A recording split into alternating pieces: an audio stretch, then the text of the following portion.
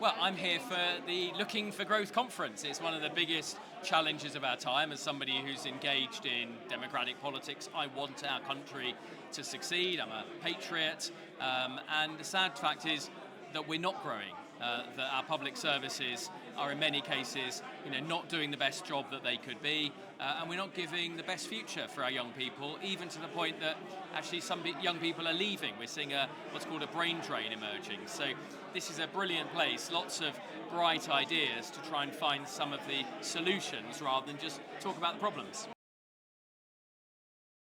Well, I've just been speaking upstairs, and I talked about some of the big challenges we face: crime, healthcare systems, and that big one about the economy not growing. But also started to talk about some of the solutions. How do we reform our civil service? How do we rewire the system, if you like, so it works better? Have fewer laws, fewer regulators, remove the frictions that hold our country back, and learn from some of the best around the world. Because most of the problems we face are not original. Somebody else out there has already solved them. Seeing quite a bit of that with Elon or Milei in Argentina. Why can't we do some of the same?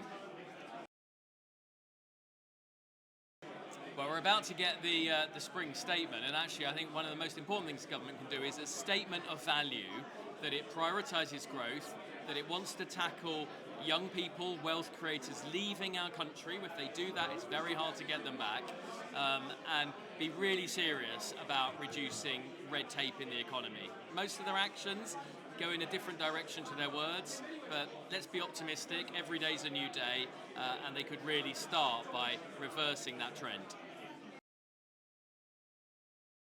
Right, stop passing new laws that add burdens and start passing laws that remove them.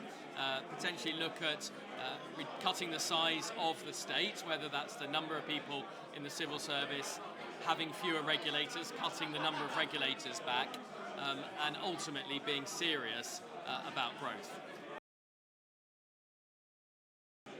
Well, I want a future for young people in Britain that isn't ruinously high levels of tax, that offers them the affordable opportunity for a house both to rent and ultimately to own, and that because the economy is growing, it throws up opportunities, new jobs in some of the most exciting areas of the economy, where Britain can hold its own against the very best in the world. That's the future that I want for young people, and I'm so chuffed that the Looking for Growth movement is focusing on exactly those sort of issues.